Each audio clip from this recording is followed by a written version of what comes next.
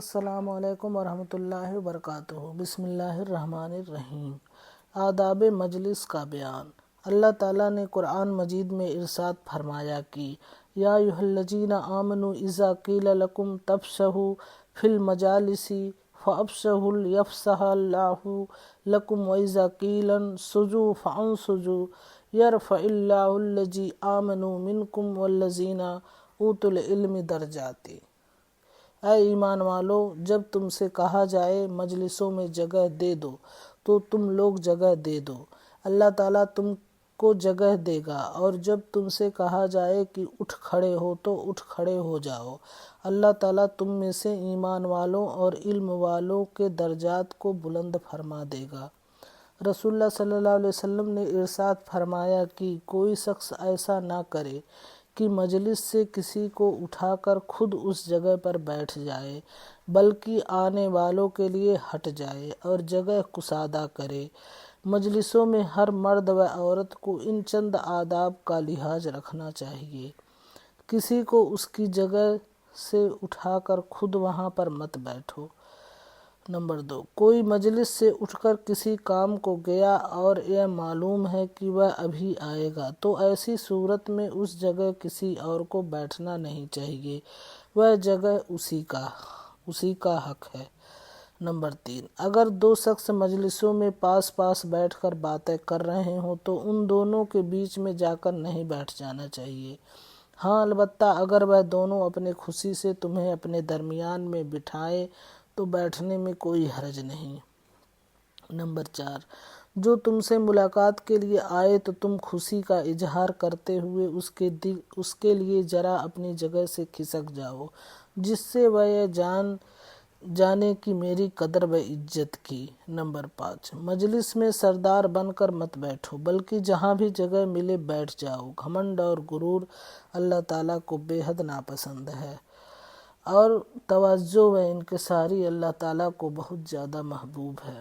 Number 6، مجلس میں چھینک آئے تو اپنے منہ پر اپنا ہاتھ یا کوئی کپڑا رکھ لو اور پست آواز سے چھینکو اور بلند آواز سے الحمدللہ کہو، اور حاضرین مجلس جواب میں یرحمک اللہ کہیں۔ نمبر 7، جماعی کو جہاں تک ہو سکے روکو، اگر پھر بھی نہ رکے تو ہاتھ یا کپڑوں سے منہ ڈھانک لو۔ نمبر 8، بہت زور سے قہقہا لگا کر مت ہنسو کہ اس طرح ہنسنے سے دل مردہ ہو جاتا ہے۔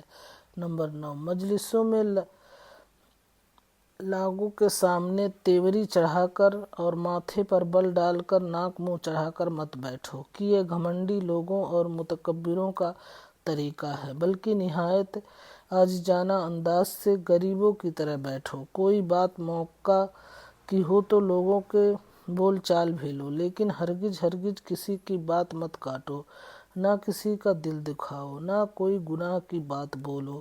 نمبر 10، مجلسوں میں خبردار کسی کی طرف پاؤں نہ پھیلاؤ کہ یہ بالکل ہی ادب کے خلاف ہے۔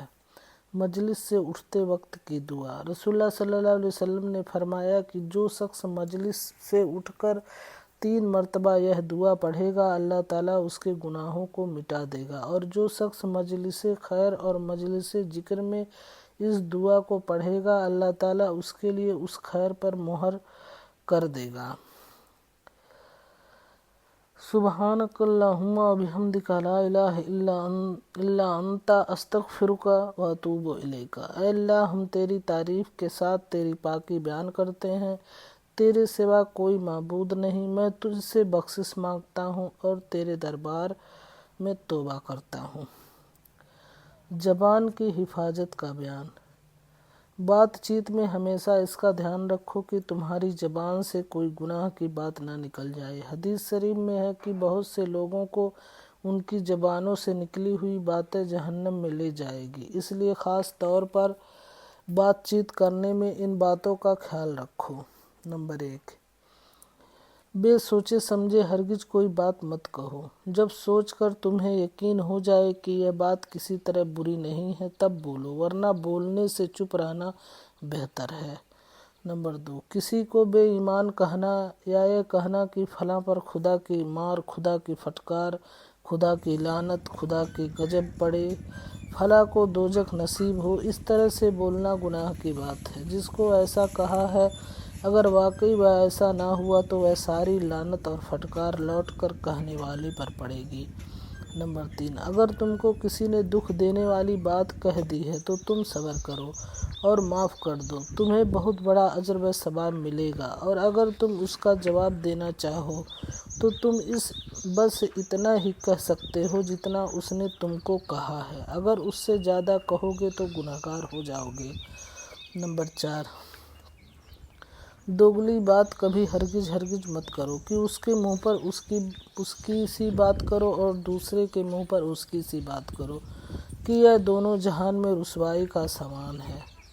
نمبر 5، نہ کسی کی چغلی کرو نہ کسی کی چغلی سنو کہ یہ بڑے بڑے فسادوں کی جڑ اور گناہ کبیرہ ہے۔